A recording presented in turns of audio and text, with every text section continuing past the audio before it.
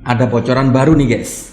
Ternyata PKS baru sadar dirinya rugi jika selalu orbitkan Anies Baswedan. Halo Sobat RJ, kembali lagi di channel yang selalu bikin kita gemes, lucu, tapi juga bisa membuat kita sedih melihat fenomena politik di negeri Konoha ini. Kali ini kita akan ngebahas satu drama politik yang gak kalah serunya dari sebuah sinetron di TV, yaitu antara hubungan PKS serta Anies Baswedan. Nah, judul dari episode kita kali ini adalah PKS baru sadar rugi jika selalu orbitkan Anies Baswedan. Wah, ternyata PKS mulai main hitung-hitungan nih.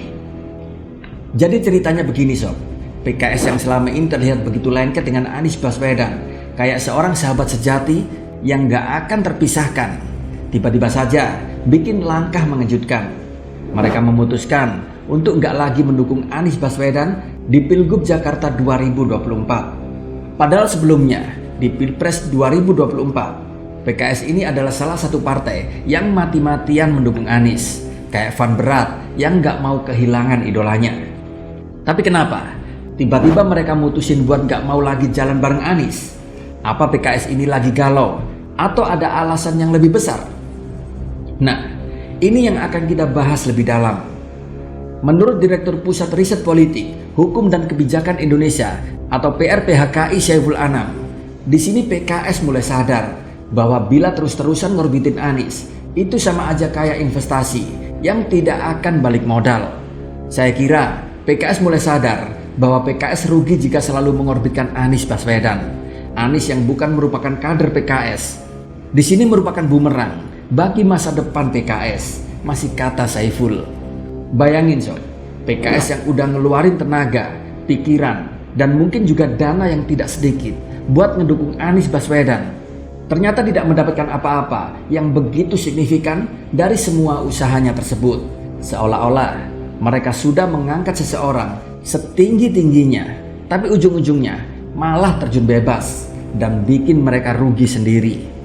Menurut Saiful lagi, Anies ini sebenarnya gak begitu signifikan buat masa depan PKS, walaupun sudah digadang-gadang dan diorbitin sedemikian rupa.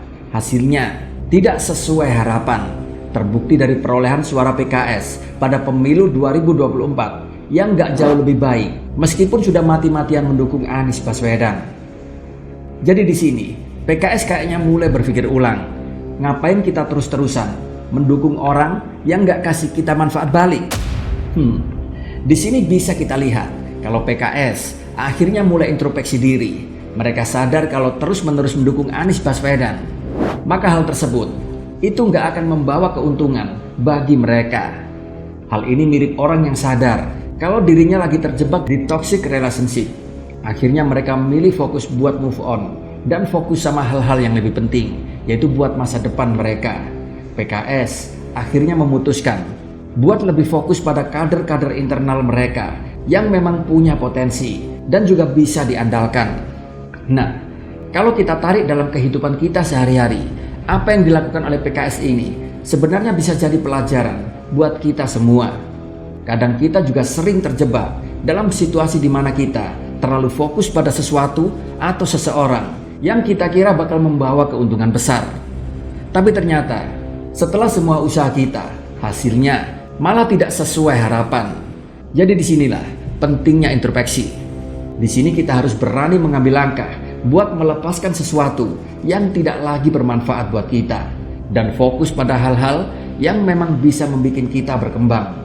Tapi di balik semua ini ada rasa sedih karena PKS dan Anies yang dulu kayak dua sahabat yang gak bisa dipisahkan, sekarang harus berpisah jalan. Dan ini mengingatkan kita bahwa dalam politik gak ada yang namanya pertemanan sejati. Semua pun bisa berubah tergantung kepentingan dan situasi.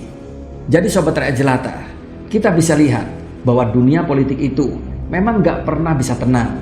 Ada saja drama dan intrik politik yang membuat kita sebagai rakyat biasa harus pintar-pintar menilai mana yang beneran buat kebaikan dan mana yang cuma buat kepentingan sesaat. Dan dalam situasi seperti ini, penting buat kita untuk selalu ingat, untuk tetap kritis. Jangan mudah terbawa arus dan selalu berpegang pada prinsip yang benar. Oke, sekian dulu nih cerita seru kita kali ini, yaitu tentang PKS dan Anies. Jangan lupa untuk like, komen, dan subscribe, biar kalian tidak ketinggalan update-update terbaru dari channel ini. Sampai ketemu ya dalam video-video kami berikutnya. Dan yang pasti akan lebih seru, serta bikin kalian makin gemes sama dunia politik kita. Tetap stay tune di channel Rakyat Jelata. Salam dari Rakyat Jelata.